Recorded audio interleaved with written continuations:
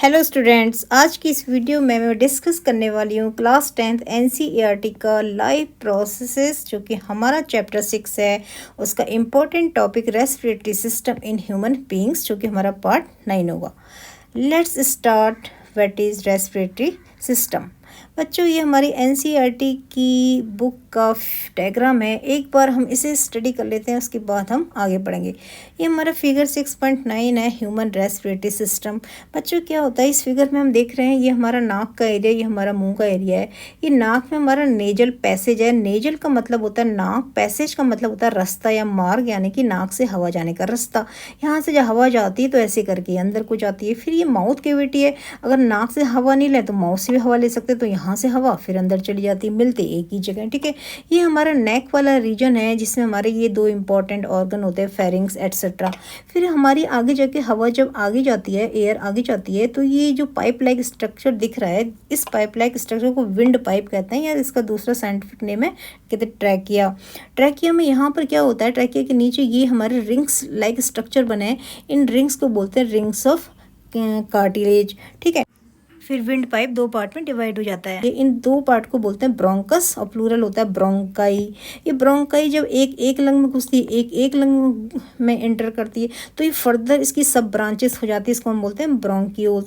Bronchioles फिर सब divide होते रहता है और लास्ट में एक बैलून लाइक स्ट्रक्चर में कन्वर्ट हो जाता है। इस बैलून लाइक स्ट्रक्चर को बोलते हैं एल्वियोलियर सैक। ये यहाँ पर देखते हैं बच्चों, ये बैलून लाइक स्ट्रक्चर है जिसको हम एल्वियोलाई कहते हैं। ठीक है ना, ये हमारे ब्रोंक्यूल्स आ रहे हैं, ऐसे डिवाइड होकर ये लास्ट में एल्वियोलाई होता है। ये बड़ा इंपॉर्टेंट पार्ट होता है हमारे लंग्स का, जहाँ पर गैसेस का एक्सचेंज होता है। फिर बच्चों, ये हमारे रिब्स हैं। रिब्स क्या होती है, ये जो येलो येलो कलर की दिख रही है ना, ये स्ट्रांग बोन होती है, बहुत मजबूत हड्डी का बना होता है, बहुत हार्ड होता है। इसके अंदर हमारे लंग्स सेफ रहते हैं। एक राइट लंग है, एक हमारा लेफ्ट लंग है। और यहाँ पर हमारे जो हमें मस्कुलर स्ट्रक्चर दिख रहा है, ये हम इसको हम बोलते हैं डायफ्राम। तो बच्चों, हमको सांस लेने में इतने सारे ऑर्गन हेल्प करते हैं। तो एक सिस्टम है ब्रीथ करने का, सांस को अंदर लेना और यानी कि ऑक्सीजन रिच एयर को अंदर लेना, फिर कार्बन डाइऑक्साइड रिच एयर को बाहर निकालना। इस सिस्टम को ही हम क्या बोलते हैं, रेस्पिरेटरी सिस्टम।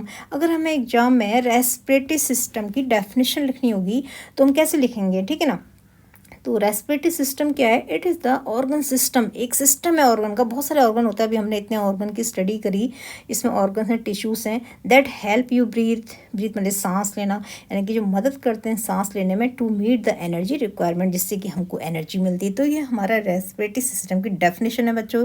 तुम्हें एग्जाम में ऐसी लिखनी है। चलो हम समझ लेते हैं एक बार कि ब्रीदिंग क्या होता है। ब्रीदिंग में हमारे दो टर्म आते हैं, इनहेल एंड एक्सहेल। इनहेल माने होता है सांस को अंदर लेना, एक्सहेल माने होता है सांस को बाहर छोड़ना। चलो हम देखते हैं ब्रीदिंग की हमारी डेफिनेशन क्या है। जब हम इनहेल करते हैं तो ऑक्सीजन रिच एयर अंदर जाती है। जब हम एक्सहेल करते हैं यानी कि सांस को बाहर फेंकते हैं तो उसमें कार्बन डाइऑक्साइड रिच एयर होती है। द ब्रीदिंग में क्या होता है, breathing involves inhaling of oxygen, यानी कि ऑक्सीजन को इनहेल करना, ठीक है, ऑक्सीजन रिच एयर को, एंड एक्सहेलिंग मैंने बाहर निकालना कार्बन डाइऑक्साइड रिच एयर को। तो इस प्रोसेस को हम क्या बोलते हैं, ब्रीदिंग। तो ब्रीदिंग को हमने ऐसे डिफाइन करना है। तो बच्चों, अभी हमने ऊपर फिगर में स्टडी करा कि रेस्पिरेटरी सिस्टम में कितने सारे हमारे ऑर्गन हेल्प करते हैं। तो अभी हम थोड़ा सा एक बार नज़र रिवाइज कर लेते हैं कि हमारे रेस्पिरेटरी सिस्टम के कौन कौन से पार्ट्स हैं। तो बच्चों, हमने देखा था फर्स्ट पार्ट तो नोज ही होता है, ठीक है ना। नोज और माउथ से दोनों से हवा एंटर कर, फिर थ्रोट का रीजन आता है, थ्रोट के रीजन, और फिर एक वॉइस बॉक्स होता है थ्रोट में जिसके, ठीक है ना। उसके बाद जो विंड पाइप आती है इसको हम ट्रैकिया कहते हैं। ट्रैकिया दो पार्ट में डिवाइड हो जाती है जिसको हम ब्रोंकाई कहते हैं। ब्रोंकाई एक लंग्स में एंटर करती है, एक लंग्स में, फिर वो लंग्स के अंदर घुस के फर्दर उसकी ब्रांचेस हो जाती है। जैसे ये ब्रोंकाई आ रहा है, एक लंग्स में घुसे, एक लंग्स में, तो यूं यूं यूं यूं करके सब ब्रांचेस हो जाते हैं। इसको बोलते हैं ब्रोंक्यूल्स। ये सब ब्रोंक्यूल्स हैं, ब्रोंक्यूल्स, ठीक है। और फिर हमारे क्या आते हैं, लंग्स। तो बच्चों, ये हमारे रेस्पिरेटरी सिस्टम के कुछ पार्ट्स थे। चलो बच्चों, प्रॉपरली स्टार्ट करते हैं ह्यूमन रेस्पिरेटरी सिस्टम, जैसे कि हमारी एनसीईआरटी की बुक की लैंग्वेज में लिखा हुआ है, ठीक है ना। तो जब तुम एनसीईआरटी की बुक खोलोगे, बच्चे नोट्स सुनाना, बुक को भी खोलना, इसको भी समझना, एज सच वही लैंग्वेज मैंने यहाँ पर हाथ से लिखी हुई है बुक से।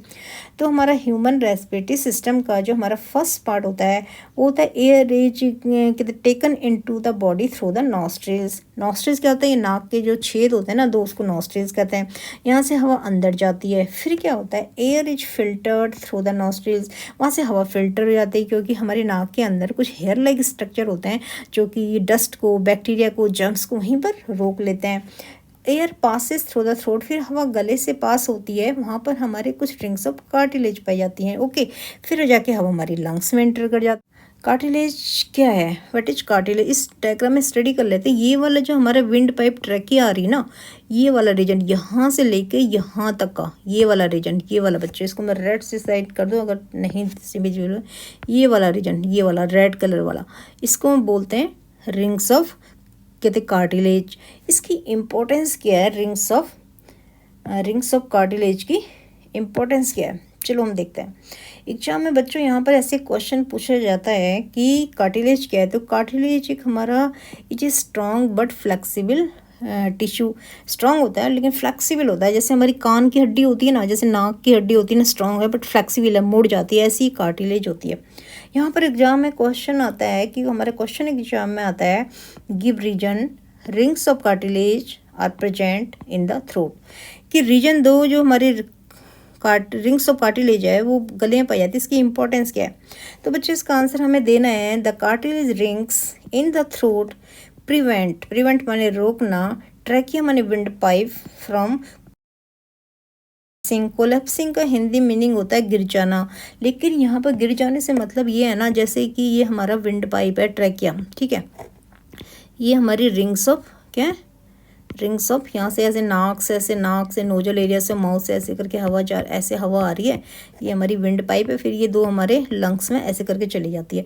जो हमारी रिंग्स ऑफ कार्टिलेज है, ठीक है, इसको ये किससे बचाता है, प्रिवेंट ट्रैकिया, यहाँ से जो ये तक का एरिया है इसको बोलते हैं ट्रैकिया, जिसको विंड पाइप भी कहते हैं। तो इसको जो रिंग्स ऑफ कार्टिलेज होती है एक फ्लेक्सिबल टिश्यू होता है, इसको ना चिपकने से, अगर ये कार्टिलेज सपोज ना हो, ठीक है ना, कार्टिलेज ना हो, ये विंड पाइप ट्रैकिया आ रही है, तो ये अगर ये दोनों आपस में चिपक गए या फिर पिचक गए तो फिर हवा जाने का रास्ता ही बंद हो जाएगा। तो ये हमारी रिंग्स ऑफ कार्टिलेज की इंपॉर्टेंस है। एल्वियोलाई क्या होते हैं बच्चों, अभी हमने ऊपर डायग्राम में स्टडी करा, एक बार हम फिर से एल्वियोलाई के बारे में जान लेते हैं, ठीक है। एल्वियोलाई क्या है, ये नाक से ऐसे करके, ये ऐसे करके नाक से, और ये माउथ हमारी कहते केविटी है, यहाँ से हवा आई, ये हमारा ये रीजन है एनईसी गले का रीजन है, गले के रीजन से जी ये हमारी रिंग्स ऑफ कार्टिलेज हैं, हमारी ट्रैकिया हैं। ट्रैकिया यहाँ पर क्या होता है दो पार्ट में ऐसे डिवाइड हो जाती है, ठीक है, एक लंग्स में चली जाती है, एक लंग्स में चली जाती है। जो ये वाला जो ट्रैकिया है जब ये दो पार्ट में डिवाइड हो जाती है, इस पार्ट को बोलते हैं ब्रोंकस, BRONCHUS। ब्रोंकस का प्लूरल होता है ब्रोंकाई, दोनों ये भी ब्रोंकस है, ये भी ब्रोंकस है, अगर दोनों को हम मिला के बोल देंगे तो बोलते हैं ब्रोंकाई, BRONCHI, ब्रोंकाई, ओके ना। तो जो हमारा ब्रोंकाई है, ठीक है ना, ब्रोंकस ब्रोंकाई, फिर क्या होता है ये फर्दर आगे जाके क्या हो जाता है डिवाइड हो जाती है, ऐसे ट्यूब पैसेज है ना, रास्ता है ना, ट्यूबुलर लाइक स्ट्रक्चर में डिवाइड हो जाती है, यूँ करके ऐसे डिवाइड हो जाएगी, ऐसे डिवाइड हो जाएगी, फिर एंड में एक बैलून लाइक स्ट्रक्चर में कन्वर्ट हो जाती है। इस बैलून, ये जो बैलून लाइक स्ट्रक्चर कन्वर्टर है, बैलून लाइक स्ट्रक्चर है ना, इसी को हम क्या बोलते हैं, एल्वियोलाई। चलो इस डायग्राम में एक बार स्टडी कर लेते हैं, ऊपर वाले डायग्राम में यहाँ पर देख लेते हैं, ठीक है ना। तो मैंने बताया था ये हमारा एल्वियोलियर सैक है, वही जो ब्रोंक्यूल्स आ रहे हैं, ये जो ब्रोंक्यूल्स हैं ट्यूबुलर स्ट्रक्चर, ये एंड हो जाते हैं छोटे छोटे गोले में, यहाँ पर दिख रहे हैं ना छोटे छोटे गोले, ये हमारा एल्वियोलाई है, ठीक है ना। तो एल्वियोलाई जैसे यूँ करके आया और ऐसे गोल गोल स्ट्रक्चर में कन्वर्ट हो गया। चलिए अब हम एल्वियोलाई के बारे में पढ़ते हैं कि इसकी क्या इंपॉर्टेंस है।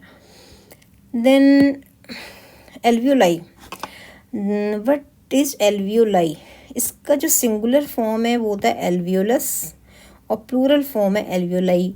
बच्चों बड़ी सुन के हैरानी होगी कि एक लंग्स में जो एल्वियोलाई होते हैं वो होते हैं करीबन 300 मिलियन, बिलियन एल्वियोलाई एक लंग्स में होते हैं। अगर दोनों लंग्स को मिला लेंगे तो अप्रॉक्सीमेट 600 या 700 के बीच में इतने एल्वियोलाई होते हैं। चलो पढ़ते हैं एल्वियोलाई का रोल क्या है और फंक्शन क्या है। Okay, the alveoli provide a surface where the exchange of gases can take place. तो एल्वियोलाई, ये जो हमारा एल्वियोलाई है, ये वाला एरिया, ये एक ऐसा सरफेस प्रोवाइड करता है जहाँ गैसेस का एक्सचेंज होता है। यहाँ से तो हमने क्या किया, ऑक्सीजन रिच एयर आई, ठीक है, ये विंड पाइप ट्रैकेस से आई, यहाँ बी ब्रोंकस, ये ब्रोंकस है, ब्रोंकाइस में यहाँ पर ऐसे करके घुस गई, यूं करके, फिर हवा ऐसे आ रही है, और फिर लास्ट में हवा एल्वियोलाई में पहुँचती है। यहाँ पर एक्चुअल में गैसेस का एक्सचेंज होता है इस रीजन में। तो यहाँ पर हमारी जो होती है ब्लड की, इसको रेड कलर से कर देते तब समझ में आएगा बच्चों। जैसे ही हमारा एल्वियोलाई, तो यहाँ हमारे ब्लड वेसल्स का जाल फैला रहता है। ब्लड वेसल्स होती है ना, वेन होती है, आर्टरीज होती है, यहाँ ब्लड एल्वियोलाई के पास ब्लड वेसल्स का पूरा ऐसे जाल फैला रहता है। सपोज ये हमारा एल्वियोलाई है, तो ये ब्लड वेसल्स का पूरा ऐसे जाल फैला रहता है। तो यहाँ पर जो ब्लड है, इसमें CO2 गैस ज़्यादा होती है, यहाँ पर ऑक्सीजन ज़्यादा है, तो इनके बीच में एक्सचेंज होता रहता है, और फिर CO2 गैस यहाँ से वापस ब्रीदिंग के थ्रू एक्सहेल हो जाती है। तो बच्चों एल्वियोलाई बहुत इंपॉर्टेंट पार्ट है। देखते हैं हमारी NCERT की बुक में इसको एक बार कैसे एक्सप्लेन किया है, ठीक है ना। तो ये हमारा रेस्पिरेटरी सिस्टम का डायग्राम था बच्चों, ठीक है ना। डायफ्राम एक मस्कुलर स्ट्रक्चर होता है जो कि दोनों लंग्स के नीचे पाया जाता है। बाकी हम ऑर्गन के बारे में स्टडी कर चुके हैं। रेस्पिरेटरी सिस्टम के इतने पार्ट हैं जो कि हमें ब्रीथ करने में हेल्प करते हैं। एक बार NCERT की बुक में पढ़ लेते हैं कि हमारी कोई लाइन, कोई चीज़ मिस तो नहीं हो गई है। ओके, तो within the lungs, pen मोटा हो रहा है, थोड़ा पतला कर लिया जाए, ठीक ना।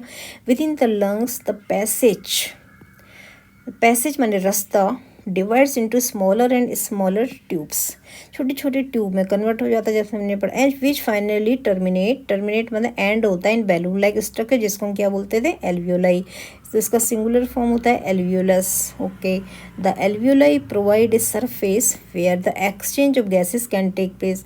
तो एल्वियोलाई वो हमारा रेस्पिरेटरी सिस्टम का वो पार्ट है जहाँ पर ऑक्सीजन और गैसेस मीन ऑक्सीजन और कार्बन डाइऑक्साइड की अदला बदली होती है। ब्लड में जो कार्बन डाइऑक्साइड है ना, वो एल्वियोलाई में आ जाता है, एल्वियोलाई से बाहर चले जाता है। ऑक्सीजन एल्वियोलाई से ब्लड कैपिलरीज का जाल फैला रहता है, तो वो क्या होता है, ब्लड कैपिलरीज में अंदर चली जाती है। तो गैसेस का एक्सचेंज होता है एल्वियोलर एरिया में। उसके बाद बच्चों the walls of the alveoli, जो एल्वियोलाई की वॉल है, ठीक है ना, contain an extensive network of blood vessels. तो मैंने बताया था जो एल्वियोलाई की वॉल होती है वहाँ पर एक्सटेंसिव माने बहुत ज़्यादा, नेटवर्क माने जाल, ब्लड माने ब्लड वेसल्स माने वेसल्स माने पाइप होती है, जैसे आर्टरीज वेन होती है, वो ब्लड है। तो एक बार फिर से यहाँ पर डायग्राम इस तरह, जैसे सपोज ये हमारा एल्वियोलाई है, ठीक है ना। यहाँ पर ब्लड कैपिलरीज का पूरा ऐसे जाल फैला रहता है, ये ब्लड कैपिलरीज है, ये हमारे एल्वियोलाई है। तो यहाँ से यहाँ एक्सचेंज होता रहता है ब्लड का, ऑक्सीजन इधर, कार्बन डाइऑक्साइड, ऑक्सीजन इधर चली जाती है, कार्बन डाइऑक्साइड इधर चली जाती है, ठीक है बच्चों। तो as we have seen in earlier years, when we breathe in, जब हम सांस अंदर लेते हैं, वी लिफ्ट अवर रिब्स, तो इस केस में हमारी रिब्स उठती हैं, and flatten the our diaphragm, हमारा डायफ्राम क्या होता है, फ्लैटन हो जाता है, यानी कि पिचक जाता है। चलो बच्चों इसको स्टडी कर लेते हैं। व्हेन वी ब्रीद इन, जब हम सांस लेते हैं, वी लिफ्ट अवर लिप्स, हमारे रिब्स उठती हैं, एंड फ्लैटन अवर डायफ्राम। तो यहाँ एक बच्चों इंपॉर्टेंट टॉपिक है जो हमारे एग्जाम में MCQs बनता है। यहाँ ये हमारा डायफ्राम स्ट्रक्चर है, हम इस फिगर में देखते हैं, ये हमारा डायफ्राम है जो रेड रेड कलर का दिखा रखा है, ये हमारा डायफ्राम है। डायफ्राम एक मस्कुलर स्ट्रक्चर होता है जो दोनों लंग्स के नीचे पाया जाता है। वो कहते हैं जब ब्रीद इन करते हैं, यानी कि जब हम सांस अंदर को लेते हैं, जब अंदर को लेंगे तो पिचकेगा ना नीचे को, तो ये इस तरीके की शेप में आ जाता है, ऐसे करके शेप में आ जाता है।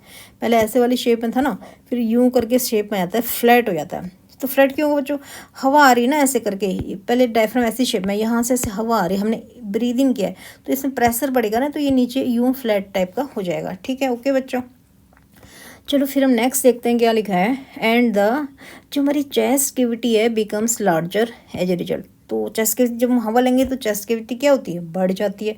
बिकॉज ऑफ दिस, इस वजह से air is sucked into the lung, इसी वजह से क्या होता है, लंग्स में हवा भर जाती है। एंड फिल्स द एक्सपेंडेड एल्वियोलाई, और हमारे जो एल्वियोलाई होते हैं ना, वो हवा से पूरे भर जाते हैं। फिर क्या होता है, the blood brings carbon dioxide from the rest of the body for release into the alveoli. अभी हमने पढ़ा था जो हमारे ये एल्व्यूलाई है, यहाँ पर ब्लड वेसल्स का जाल फैला रहता है, नेटवर्क। ब्लड वेसल्स माने जैसे आर्टरी या वेन जिसमें ब्लड घूमता है। अब ब्लड में CO2 कहाँ से, वो रेस्पिरेशन से आती है ना, हमने पढ़ा था एक एक सेल में रेस्पिरेशन होता है। जब ग्लूकोज और ऑक्सीजन मिलते हैं तो carbon dioxide water and energy release होती है। तो वही कार्बन डाइऑक्साइड घूम घूम के ब्लड में यहाँ पर आती है और यहाँ पर क्या होता है, एक्सचेंज होता है। And the oxygen in the alveolar air is taken up by blood in the alveolar blood vessels to be transported to all the cells in the body। फिर क्या होता है, जो alveolar sac हैं वहाँ से एयर क्या होती है, blood vessel, oxygen blood vessel में चली जाती है। ट्रांसपोर्ट माने यातायात, यानी कि घूमती है इधर से उधर एक एक बॉडी के सेल में। ड्यूरिंग द ब्रीदिंग साइकिल क्या होता है, what is the breathing and breathing cycle. एक ब्रीदिंग साइकिल में एक इनहेल करना और एक बार एक्सहेल करना, ये ब्रीदिंग साइकिल होती है बच्चों, ठीक है। यहाँ भी इंपॉर्टेंट हमारा टॉपिक्स है, ब्रीदिंग और ब्रीदिंग साइकिल दोनों में डिफरेंस है। व्हेन एयर इज कहते taken in and let out, जब हम हवा लेते हैं और लेट आउट में बाहर निकालते हैं, तो lungs always contain residual volume of air. बच्चों यहाँ ये इंपॉर्टेंट टॉपिक आ रहा है, रेजिडुअल वॉल्यूम ऑफ एयर। इसको मैं रेड से मार्क कर देती हूँ, residual volume of air. Okay, यानी कि जब हम हवा अंदर लेते हैं, taken in and let out मतलब बाहर निकाल देते हैं, तो लंग्स कभी खाली नहीं होते, वो कहते हैं एम्प्टी नहीं होते, कुछ ना कुछ हवा उसमें रहती है। उसी हवा जो हमेशा लंग्स में रहती है उसको बोलते हैं residual volume of air. Residual माने शेष बचा हुआ, वॉल्यूम माने वॉल्यूम समझते हो, हवा का उतना वॉल्यूम उसमें रहता है। सो दैट, ताकि there is sufficient time of oxygen to be absorb, जैसे कि एल्व्यूलाई को सफिशेंट टाइम मिल जाए, ये हमारा एल्व्यूलाई है, यहाँ से ऑक्सीजन गैस एक्सचेंज का सफिशेंट इसे टाइम मिल जाए absorb, and for the carbon dioxide to be release, carbon dioxide को बाहर निकालने का, ऑक्सीजन को ब्लड में जाने का सफिशिएंट टाइम मिल जाए। तो बच्चों यहाँ पर एक बहुत अच्छा इंपॉर्टेंट क्वेश्चन बनता है कि what is residual volume of air. Second question बनता है what is the importance of residual volume of air. तो इंपॉर्टेंस इसकी ये थी कि सफिशिएंट टाइम मिल जाए, और रेजिडुअल वॉल्यूम एयर मतलब ऐसी एयर जब हम इनहेल और एक्सहेल करते हैं फिर भी लंग्स में कुछ ना कुछ रहती है। इसकी डेफिनेशन मैंने नीचे लिखी हुई है, अभी हम पढ़ते हैं बच्चों।